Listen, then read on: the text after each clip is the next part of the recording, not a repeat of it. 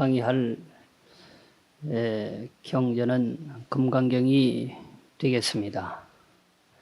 이 금강경은 600부 반야 가운데 핵심이라고 할 수 있는 부분, 능단 금강분을 금강경이라고 하는 이름으로 이렇게 세상에 나오게 된 것입니다. 다시 말씀드리면 법화경에 보면 관세음보살 보문품이 있습니다. 그 관세음보살 보문품을 벼령번호로 만들었을 때는 관음경이라고 그럽니다.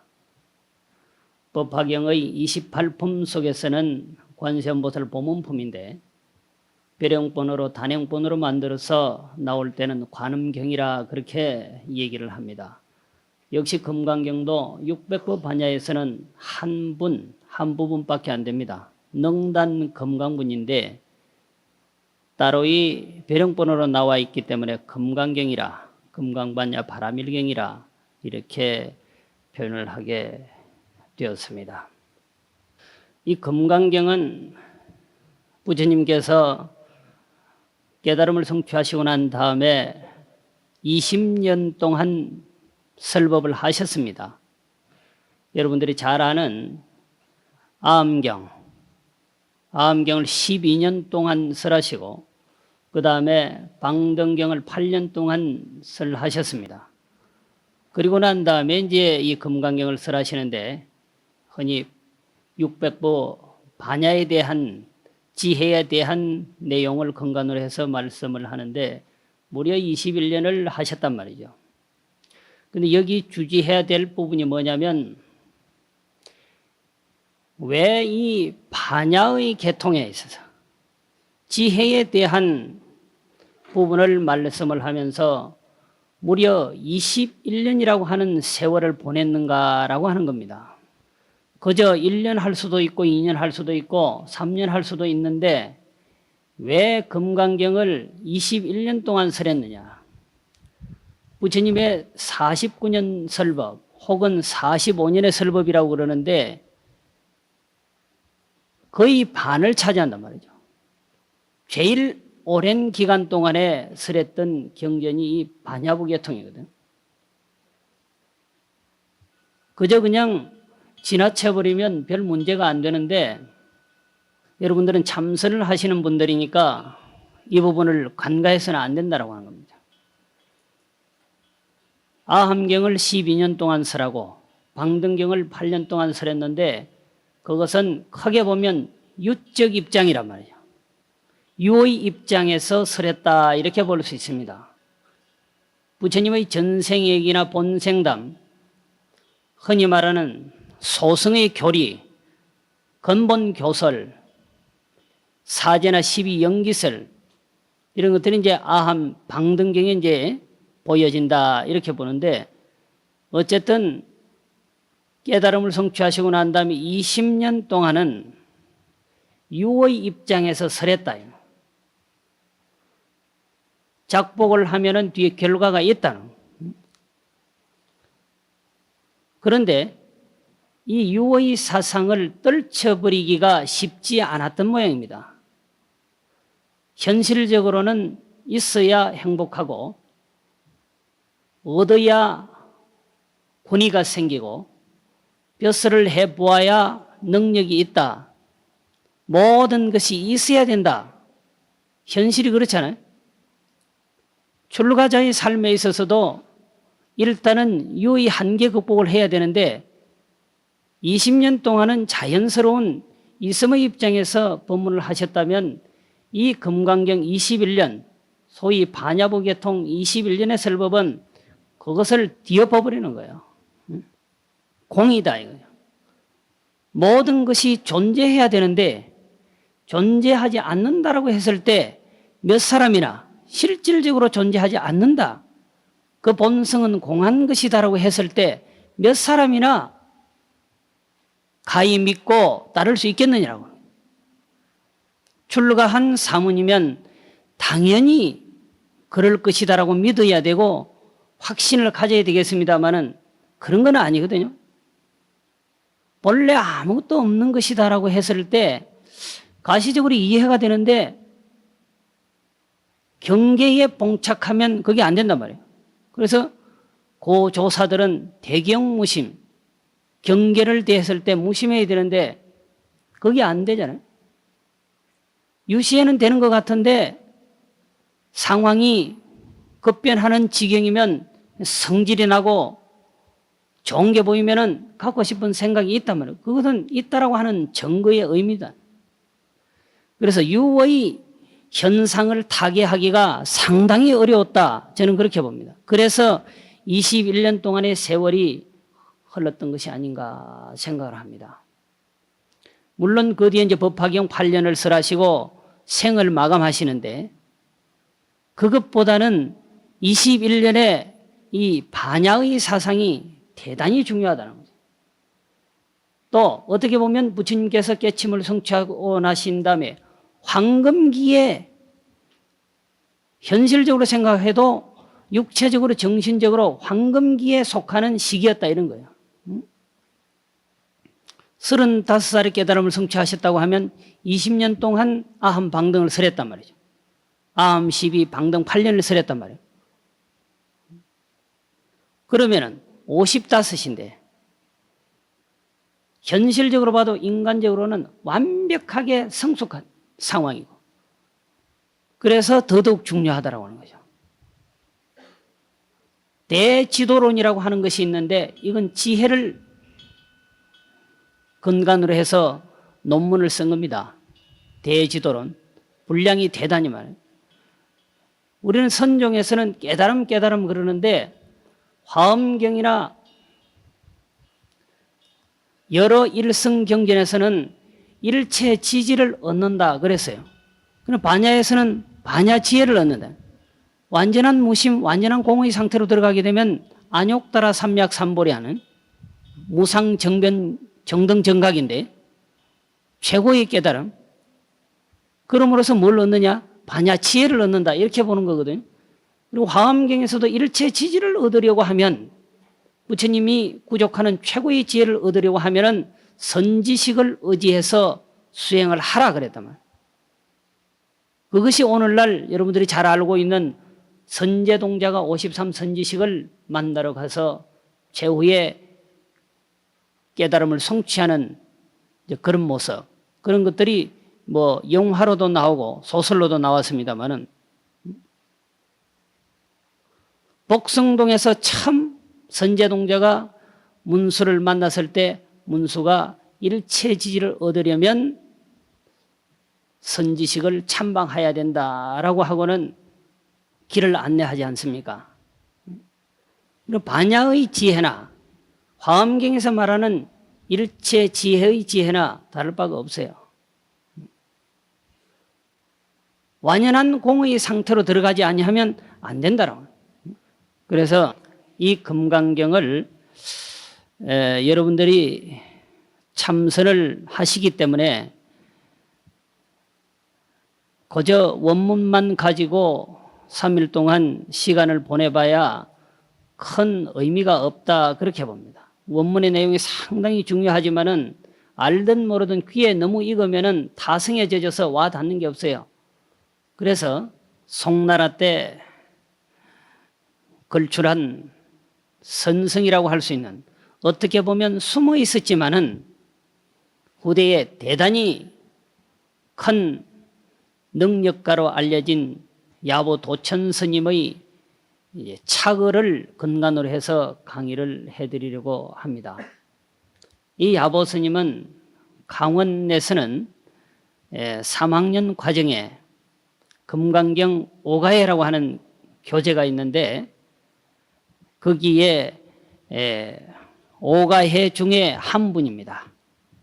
오가해는 보통 육조 스님, 그 다음에 규봉 스님, 그 다음에 부대사, 그 다음에 종경, 그 다음에 이제 야보 스님 이렇게 됩니다. 그래서 규봉 스님은 아주 논리적으로 아주 가단을 지어서 이제 설명을 잘 하신 분이고 육조 스님은 어떻게 보면은 구결이라고 해서 아주 청량하게 설명을 잘 하셨습니다. 편안하게. 어떻게 보면 가장 쉽게 설명을 하신 분이고, 그 다음에 부대사는 이분도 이제 선의 의미가 대단히 이제 강합니다. 종경 스님도 그렇고, 또 야보 스님은 말할 것도 없고, 그래서 이 오가의 중에도 야보 스님이 격외선적 사고로서 금강경을 잘 보셨다라고 하는 거죠. 그래서 여러분들이 이제 정리를 하시기 때문에 이 야보 스님의 금강경에 대한 착의와 개송이 아주 잘 맞을 듯 싶습니다. 이 금강경의 종지는 파 2집 현 3공입니다. 아집과 법집, 나와 나를 상대하고 있는 이 경계가 부셔져야 된다. 그래서 나도 공하고 나와 상대한 이 현상경계도 공하고 나와 현상경계가 함께 공한 이것을 종지를 하고 있단 말이에요. 그러니까 대지에서도 알 수 있듯이 공을 나타내는 거야. 모든 것의 주체는 아이잖아요. 나단 말이죠. 우선적으로 내가 완벽하게 비워버리면은 법도 공할 수 있고 아와 법이 함께 공해질 수 있습니다. 문제는 나거든요. 그래서 사상을 타파해야 진시보살이라고 했는데 금강경에 아상, 인상, 중생상, 수자상을 다 제어해버려야 참 보살이라고 그랬는데 그때도 보면 사상 중에 아상이 가장 먼저예요. 그래서 아가 없어지면 아가 상대하고 있는 경계도 자연스레 사라질 수 있다는 거예요. 물론 아가 완전히 사라졌다고 해서 경계를 대했을 때 내가 무심할 수 있는 건 아닙니다. 그런데 아가 우선이다라고 하는 거예요. 이놈이 먼저 꺾여져야 돼. 그래서 대지는 아집과 법집이 부셔져 내리고 그러고 나면 아집도 공하고 법집도 공하고 아에 대한 집착, 법에 대한 집착, 아와 법에 대한 집착이 함께 사라진다. 그게 삼공이란 말이에요. 아 공하고 법 공하고 아와 법이 함께 공한 게 그게 삼공이라고 해요. 흔히 이 금강을 어디에다 비유했느냐면 반야에 비유했는데 반야를 금강에 비유했단 말이죠. 그래서 금강은 절대로 부셔지지 않아요. 금강은 상대를 깨부실 수는 있어도 상대는 금강을 깨부실 수가 없단 말이에요. 석산을 캐도 천공을 해도 그 밑에는 금강과 같은 다이아몬드가 그게 다 박혀 있단 말이에요. 그러니까 금강이라고 하는 말을 다이아몬드다 그렇게 보면은 이제 쉽죠. 그래서 다이아몬드의 경전. 보석 중에는 이 다이아몬드를 지나는 게 없어요. 그러니까 최고의 경전이다 이런 의미가 되는 거죠. 또 하나는 다이아몬드의 길이라. 최고의 길이다. 경자를 경전, 계리계기라 해서 이치에 개합하고 근기에 개합한다. 경자를 그렇게 해석하거든요. 그래서 다이아몬드라고 하는 이 진리로서 이 다이아몬드의 진리는 이치에 딱 합당하고 중생들의 근기에 딱 맞다. 근기에 맞춰서 설해지는 것이고 설해진 거다 말. 경이라고 하는 의미가 그래요. 계리 계기가 안 되면 경전이 아닙니다. 그래서 설사 부처님께서 설하신 경전이 아니라 하더라도 계리 계기는 다 경이라 할 수 있어요. 그래서 육조 당경이라 그러잖아. 우리가 보면은 좀 다르지만은 노자 도덕경이라 그럽니다.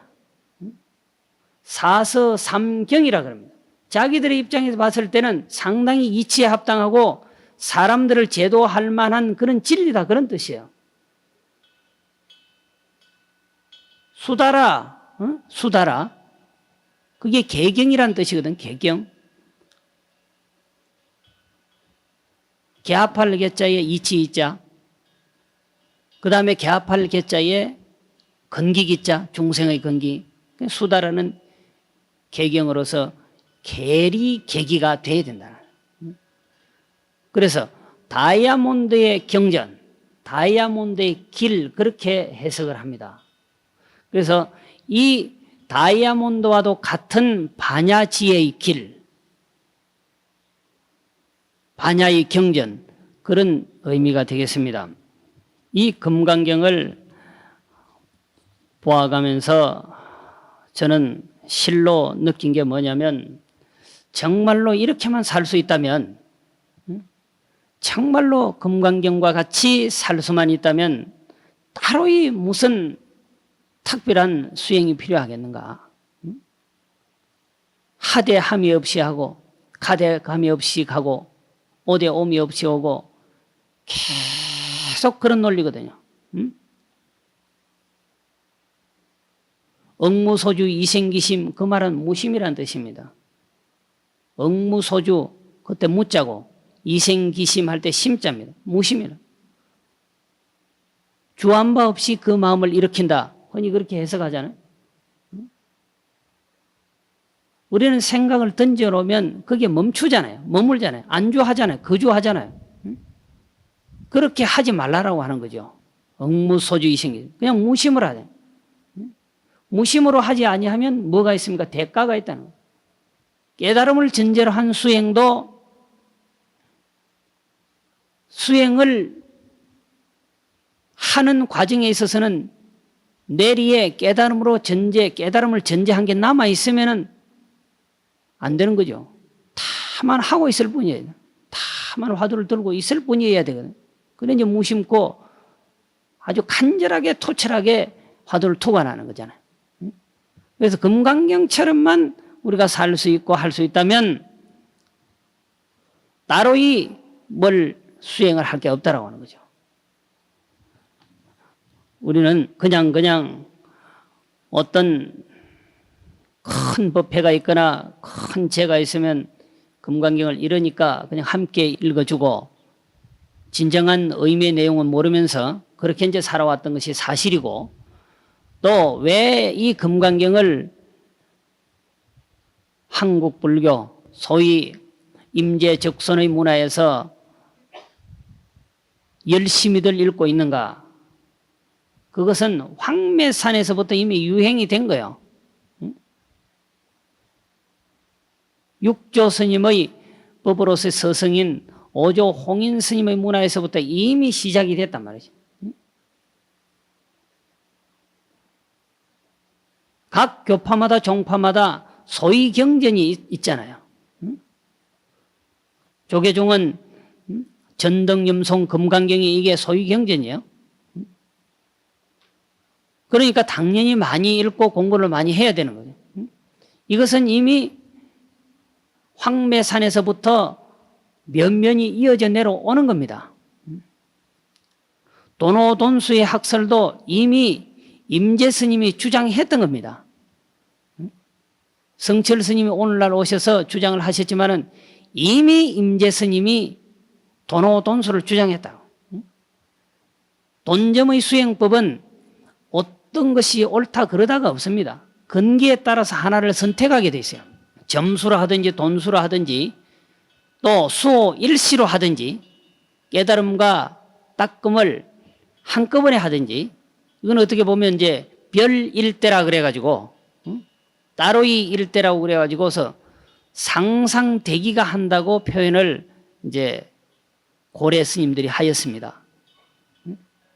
도노돈수는 돈의 입장의 한 부분이고 도노점수는 점의 입장의 한 부분, 수행하는 한 부분으로 그렇게 표현했던 거예요. 그래서 원각경과 도서와 보조 진울 스님께서 내세운 돈점의 7대, 8대, 6대 돈점이 조금씩 차이가 있어도 그걸 벗어나지 않아요. 그러니까 우리가 도노돈수를 주장할 수밖에 없고, 도노돈수 법대로 수행한다라고 하는 것은 종조가 그걸 주장을 했다는 거죠. 그러니까 관하선을 주장하고 있는 현재 우리 선언에서는 관하선 밖에 다른 수행법을 가지고서 수행을 하고 앉아 있다라고 하면 이것은 천하에 잘못된 거라고 저는 생각합니다. 그건 다른 데 가서 해야 돼. 명상이나 수식과지나 윗바사나나 아바타는 뭐 하실 분이 잘 없겠습니다만은 이것은 상벌이 분명한 조종 문화에서는 허용이 되는 게 아니에요. 하고 있다면 잘못된 거라. 혼자 가서 하면 돼. 나름대로 이 선언은 그런 거 철저한 말 없는 가운데 룰이 있단 말이죠. 그걸 지키지 아니하면 한국 불교의 선은 죽는 거야. 대해종고선사 이후로 관하선이 아주 대단히 성행을 했는데 지금 그게 확실하게 살아있는 게 이 한국 불교의 선이라고. 특히 조계종의 선언인데 거기에 앉아가지고 관하선 하지 않고 묵조선을 한다든가 아니면 뭐 윗바산을 한다든가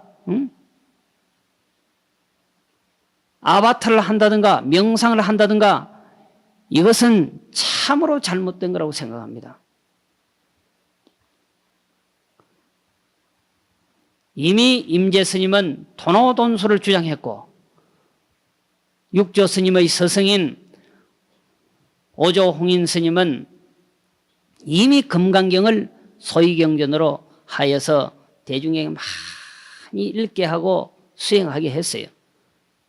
그러니까 조계종도 현재 금강경을 소위경전으로 생각하고 그렇게 명시하고 있고 전등염송을 소위경전이라고 명시를 딱 하고 있습니다. 그 밖에 물론 능력에 따라서 다른 경전도 할 수 있다라고 하긴 했습니다만 명시를 딱 했단 말이에요. 그러니까 이 소위경전인 금강경을 여러분들이 똑바로 보고 수행을 하면은 아마 수행에 큰 도움이 된다라고 생각합니다. 그런데 거기도 하나 더 해가지고 야보 스님의 이 차거 송을 근간으로 해서 한번 여러분들이 금강경을 보면 정말로 생각하지 못했던 그런 경험이 가능할 거라고 생각을 해서 제가 교재를 금강경 원문만 하지 않고 2년 전인가 여기 와서 제가 금강경 강의를 한번 한 적이 있어요. 그래서 지금 교재에는 상권만 야보 스님의 차거를 근간으로 해서 교재를 만들어 놨는데 이번에는 뭐 시간이 없어서 교재를 만들어서 그 교재 속에 안그 교재 속에 넣지를 못했습니다만은 저는 오늘 하권도 야보 스님의 차거를 근간으로 해서 내일 모레까지 강의를 하려고 그럽니다. 그러면은 일단 교재를 보시죠.